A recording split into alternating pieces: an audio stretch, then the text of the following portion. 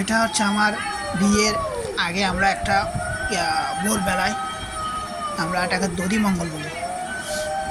বিয়ের আগে একটা আমরা দধিমঙ্গল আমরা সকাল ভোরে 5টায় 5টায় 5টায় 4:30টায় উঠে আমরা বিভিন্ন তরকারি দিয়ে ভাতের সাথে সবগুলো তরকারি দিয়ে খাই।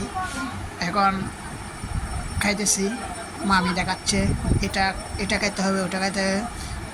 তারপর আমার বাগিনা আছে, আমার বাগিনাকে খাওয়াচ্ছি, আমি খাইতেছি। আসলে বিয়ের আগেটা ইন্টারেস্টিং ছিল, খুবই মজা। আমার আমার মামাতো ভাই ওরে খাওয়াচ্ছি, আর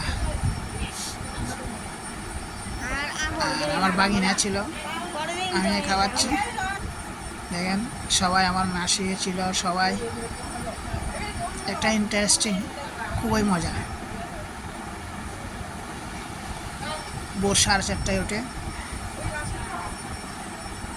অনেক রকম বিভিন্ন রকম আইটেম ছিল, মাছ ছিল, মাংস ছিল, সবজি ছিল। এগুলো বিয়ের আগে, মানে বিয়ের ভোর 4:30টা, কিন্তু আর বিয়ের সময় আর কোনো ভাত খেতে পারবো না। তো যা খাবো তখন 4:30টায় উঠে খেয়ে ফেলবো, যেটাকে আমরা মানে বিয়ের আগে যখন বিয়ে করতে যাবো আর কি, তখন আর খেতে পারবো না। তখন পুরোটা দিন উপবাস থাকবো, পুরো দিন। তখন ও রাত্রে, তখন বিয়ে যখন ভাঙবে তখন রাত্রে খাবো, বুঝছেন? এটা হচ্ছে মানে আমাদের বিয়ের একটা সিস্টেম। তখন মা আসছে, আমার মা দেখা দিচ্ছে এটাকা। তখন বিভিন্ন রকম আইটেম ছিল, আইটেমের মধ্যে মানে অনেক রকম আইটেম ছিল। কচু শাক ছিল, কচু শাক দরকার। তারপর মাংস ছিল, মাছ ছিল। আস্তে আস্তে খাইতেছি, ওরা মুরব্বীরা আমাকে বলছে এটা খাইতে হবে, ওটা খাইতে হবে। আর কোনো বিয়ের সময় তো আর খেতে পারবো না, যে একেবারে খেয়ে ফেলতে হবে। এখন এক একটা আমি নামাচ্ছি, খাইতেছি। আসলে খুবই মজা বিষয় ছিল। বিয়ে যারা করে নাই তারা বুঝবে। দধিমঙ্গল আমরা বলি এটাকে, দধিমঙ্গল। দধিমঙ্গল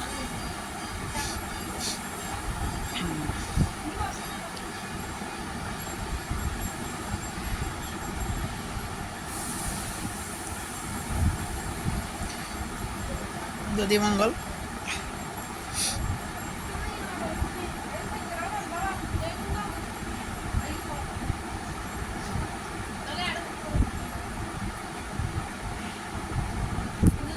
তখন বিভিন্ন লোক এসে বলতেছে এটা খেতে হবে। আসলে অত কিছু বলতে পারি না, কিন্তু আমি খাইতেছি।